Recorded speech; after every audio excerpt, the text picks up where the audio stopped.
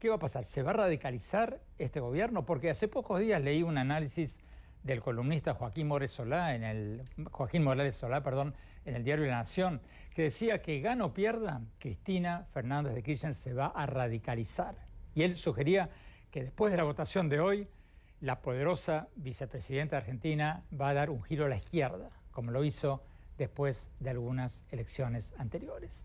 Vamos a Washington. Benjamin Gedan, en Washington, ¿tú estás de acuerdo con esa premisa de que, aunque no le haya ido bien esta noche, aparentemente, si los resultados se confirman, este gobierno de Fernández y Fernández se va a radicalizar o no? Bueno, veremos qué va a pasar con el rumbo del gobierno. Lo que para mí queda muy claro es que vamos a ver un gobierno que siempre está peleando entre ellos, que nunca van a poder resolver los desacuerdos fundamentales dentro de la coalición. Y para mí este es una de las raíces de la falta de confianza, la falta de optimismo en el pueblo argentino, que hay la impresión, casi todos tienen allá, que es un gobierno que no puede llegar a acuerdos sobre cosas muy básicas, sobre el rumbo económico del país, ni cómo se puede resolver el tema del Fondo Monetario Internacional, ni cómo se puede atraer inversión del exterior. Por eso creo que tenemos que anticipar 2 años más de disputas internas en la coalición sin la capacidad de tomar decisiones muy importantes para la recuperación económica del país post pandemia. Daniel Kerner, también en Washington, ¿tú crees que el gobierno se va a radicalizar? Porque te doy un ejemplo. Hace poco la Academia Nacional de Educación de Argentina advirtió en un comunicado sobre el peligro de una manipulación ideológica y de un pensamiento único, entre comillas, en las escuelas. ¿Tú crees que el gobierno podría dar un giro a la izquierda? Yo creo que lo van a intentar. Aquí la clave es cuál es el diagnóstico que tengan de la derrota. Si es que fue la pandemia, es una cosa. Yo creo, y las indicaciones que ha habido, es que hay mucho enojo de Cristina y su entorno sobre lo que ellos perciben ha sido el mal manejo de Alberto Fernández, de la pandemia, de la economía, incluyendo un ajuste fiscal en la primera mitad del año. Entonces yo creo que lo que va a haber es un diagnóstico del grupo de la vicepresidenta de que la culpa la tiene el presidente por haber sido demasiado blando, digamos, con sus enemigos. Y estas elecciones son muy importantes para Cristina, porque ella sabe que se juega no es solamente el control del gobierno, sino su capacidad de controlar mucho de los casos de corrupción que avanzan contra ella y su familia. Esos casos van a empezar a avanzar. Ahora, yo lo que sí creo que aquí hay una diferencia con lo que vimos anteriormente. Es probable que veamos una radicalización a medida que la preocupación aumenta y se enojen.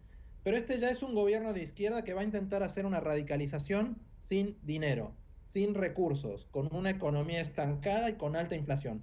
Es difícil que eso pueda salir bien. Y como vimos hoy, si estos resultados se confirman, es que los votantes, cuando no les resuelven sus problemas, castigan a los gobiernos. Entonces tampoco creo que pueda lograr demasiado con esa radicalización, pero sí es probable que veamos un entorno más complejo en Argentina en los próximos 2 años. Nicolás Solari, rápidamente, un minuto antes de ir al corte, ¿se radicaliza o no se radicaliza el gobierno? Es probable que se radicalice y lo que es seguro es que Cristina Fernández de Kirchner y su sector le va a achacar las culpas de esta derrota, así que en concreta a Alberto Fernández, que es además quien ha decidido los candidatos en los principales distritos del país. Victoria Tolosa Paz en la provincia de Buenos Aires y Leandro Santoro en la ciudad de Buenos Aires. Por ahora 2 derrotas. ¿Quién lleva las de ganar en la coalición opositora? Horacio Rodríguez Larreta es el gran ganador. Él hizo varias apuestas, ordenando, poniendo sus candidatos en la ciudad de Buenos Aires, especialmente en la provincia de Buenos Aires. Parece que esa apuesta le salió muy bien. Los radicales que habían intentado presentar candidatos alternativos no han ganado, y yo creo que el gran perdedor es Macri, porque Macri no jugó mucho en la campaña, apareció al final. Los candidatos que él apoyó en Córdoba, parece que también en Santa Fe, no han ganado. Entonces yo creo que en ese sentido, él queda, Rodríguez Larreta, que además controla uno de los principales distritos electorales, queda claramente adelante para ser el candidato presidencial y en una buena posición. Faltan 2 años, es mucho, pero sí creo que él es el gran ganador de la noche y que además habla de una oposición un poco más abierta y moderada que la que proponía Macri, lo cual creo que también es importante entender. Bueno, esa era mi próxima pregunta. Benjamin Gedan, ¿cómo lo ves tú a Horacio Rodríguez Larreta, suponiendo que él es el gran ganador de esta noche entre los candidatos de la oposición, de la coalición opositora. ¿Qué imagen se tiene en Washington? ¿Qué imagen tienes tú de Horacio Rodríguez Larreta? Sí, bueno, es un tipo muy respetado, un tipo con un perfil muy moderado, muy pragmático. Creo que su manejo de la pandemia en la ciudad de Buenos Aires ha sido muy profesional, poco partidario. De hecho, en la primera fase de la pandemia, él aparecía mucho con el presidente Alberto Fernández, mostrando la capacidad de cooperar y colaborar a pesar de la grieta, a pesar de todas las diferencias que tenían y que siguen teniendo. Creo que él ofrece al país otro rumbo, menos partidario, menos radical, y bueno, es una persona que siempre está enfocando mucho en la administración de la ciudad, que bueno, ofrece al país la misma forma de gobernar, que es poco dramático y con un énfasis en gobernación, en administración, en solucionar los problemas del país sin pelear siempre con la oposición. Creo que es un rasgo muy atractivo ahora en la Argentina, en un país que sufre de tantos problemas y que creo que no quiere más con la grieta, no quiere más con las peleas permanentes de la política doméstica. Nicolás, ¿y qué pasa con el sector opositor que no se alineó ni con Rodríguez Larreta ni con Macri, la gente que apoyó?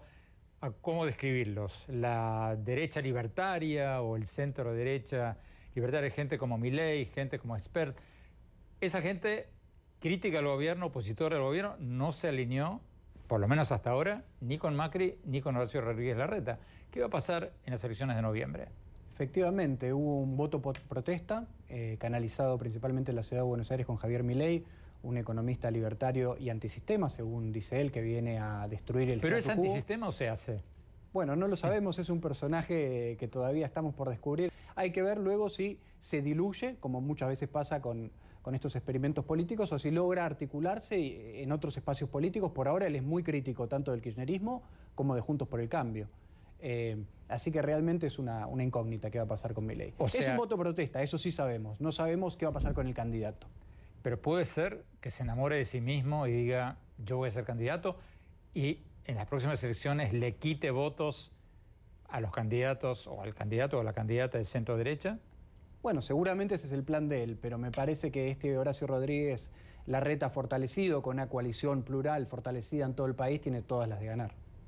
¿Qué va a pasar entonces ahora dentro de la coalición gubernamental entre el presidente Alberto Fernández y la poderosísima vicepresidenta Cristina Fernández de Kirchner? ¿Qué va a pasar? Bueno, yo creo que va a haber Adelante. una relación que se deteriore aún más, pero una Cristina con más influencia. Lo que hemos visto desde que llegaron al poder es básicamente Alberto débil, sin tomar decisiones, siempre tratando de hacer lo que él cree que Cristina le dice y sin verdadero poder de decidir y casi hasta sin poder de nombrar a sus funcionarios. Yo tengo la impresión que el diagnóstico de Cristina va a ser que esta elección se perdió por culpa de Alberto Fernández, por el mal manejo de la pandemia, el mal manejo de la economía, la crisis que generó hace poco por haber festejado el cumpleaños de la primera dama en plena pandemia, cuando el país estaba encerrado. Entonces yo creo que para ella, que va a estar muy preocupada de este resultado electoral, yo creo que lo que va a intentar hacer es tomar control del gobierno. Y Alberto Fernández no me parece que vaya a tener ni la capacidad ni la voluntad de oponerse a eso. Entonces creo que más bien vamos a ver un presidente más desdibujado, más criticado, y a una vicepresidenta más influyente y más agresiva. Nicolás, ¿tú estás de acuerdo con eso? Sí, absolutamente. Vamos a tener en la Argentina un clima de fin de ciclo para el gobierno de Alberto Fernández, para esta ley de hierro de que el peronismo unido siempre gana. Ya había perdido en 83, había perdido en el 99 y ahora vuelve a perder. Y me parece que empieza un tiempo para reformularse en el gobierno, para buscar nuevos horizontes, para buscar nuevos mecanismos de cooperación y para plantear un mejor escenario para 2023. Benjamin Gedan en Washington. Benjamin, tú fuiste un alto funcionario de la Casa Blanca, estuviste a cargo de las relaciones con Sudamérica, especialmente sobre Argentina. ¿Cómo crees que va a influir ese escenario que podría perfilarse de una Cristina Fernández de Kirchner más radicalizada quizás, un presidente Alberto Fernández más débil? ¿Cuál sería el impacto de eso en las negociaciones con el Fondo Internacional, en las relaciones con Washington? ¿Cómo ves tú el impacto internacional de este posible resultado?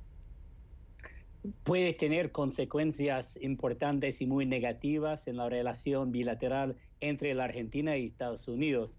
Nosotros acá en Estados Unidos nunca hemos podido tener relaciones productivas con la Argentina bajo el control de Cristina Fernández de Kirchner. Ella, por razones políticos domésticos y por su ideología, por sus relaciones con el chavismo y con China, nunca quería tener una relación estrecha con Estados Unidos y no creo que tiene otra perspectiva ahora, a pesar de las necesidades de la Argentina de colaborar con los Estados Unidos en Washington con el Fondo Internacional, con el Fondo Monetario Internacional. Creo que hemos visto ya en los últimos 2 años la influencia de ella en la política exterior de la Argentina. Solo hay que reconocer la política hacia Venezuela, hacia Nicaragua, hacia Cuba. La Argentina ahora no está defendiendo los derechos humanos, la democracia en la región, y esto tiene efectos en la relación con Estados Unidos. Yo creo que Alberto Fernández sí quiere tener una relación madura con Estados Unidos, por eso él siempre está enfocando mucho en el cambio climático, que es un tema muy importante en la agenda de Joe Biden en la Casa Blanca, pero no es suficiente. Y con más poder en las manos de Cristina, vamos a ver una relación más complicada que puede influir la posición estadounidense en el fondo con respecto a las negociaciones con Argentina. Nicolás Solari, supongamos que todo lo que ustedes dicen es cierto y que ocurre lo que ustedes dicen que va a ocurrir, que Cristina ahora metafóricamente le pega con un garrote en la cabeza a Alberto Fernández, tu culpa, la hiciste todo mal. Bueno, entonces, ¿qué pasaría con esta relación en el sentido de que no hay ninguna posibilidad, tú no ves ninguna posibilidad de que Alberto Fernández se rebele contra su jefa, metafóricamente hablando su jefa, y diga, ¿sabes qué? No fue mal porque tú no me dejaste hacer esto y lo otro, ahora voy a ser yo quien yo quiero ser? No, me parece que no existe posibilidad de que pase eso. Me parece que si en el ADN de Alberto Fernández hubiera estado generar su propia impronta, su propia autoridad, lo hubiera hecho en el año pasado, el 2020, cuando empezó a gestionar la pandemia y tuvo momentos de altísima aprobación popular en la Argentina, llegó a tener 75% de aprobación. Hoy esa aprobación está en el 36%, la mitad de lo que tuvo hace 18 meses. Probablemente sea el responsable o se le asigne la responsabilidad de haber perdido esta elección de medio término. Me parece que el poder de Alberto Fernández, el poco poder que tenía, se termina de diluir, y también se termina de diluir ese proyecto, si alguna vez existió, de la reelección de Alberto Fernández, en el que se hablaba en la Argentina hace unas semanas como una operación clamor. Me parece que Cristina Fernández de Kirchner, que es el poder detrás del trono, me parece que ya está pensando quién va a ser el candidato presidencial de 2023 y probablemente no sea Alberto Fernández. ¿Quién sería? Tal vez Axel Kicillof, el gobernador de la provincia de Buenos Aires, que es uno de los protegidos de la presidenta, pero hoy también está perdiendo porque está perdiendo su distrito, el distrito que gobierna. Tal vez su hijo Máximo Kirchner, que ha crecido mucho en volumen político, habrá que ver. Finalmente, ¿tú crees que hay una posibilidad de que Argentina patee el tablero de las negociaciones con el Fondo Monetario Internacional y digan, quizás por influencia de Cristina Fernández de Kirchner, ¿saben qué? Nos vamos? Me parece que Argentina está muy débil para patear ningún tablero, pero obviamente el kirchnerismo siempre tiene actos de soberbia y actos inesperados en política internacional para ganar apoyo interno. Así que obviamente no se puede descartar. ¿Qué posibles actos de política internacional ves? ¿A mayor apoyo a Venezuela, mayor apoyo a Cuba? Sí, más bien me imagino rebelarse con el Fondo Monetario Internacional y tratar de hacer una crítica todavía más fuerte de la crítica que hace la Argentina al capitalismo. Más estatizaciones, más control del Estado en la política y en la economía. Muchísimas gracias, Nicolás Solari, muchísimas gracias, Daniel Kerner, muchísimas gracias, Benjamin Gedan.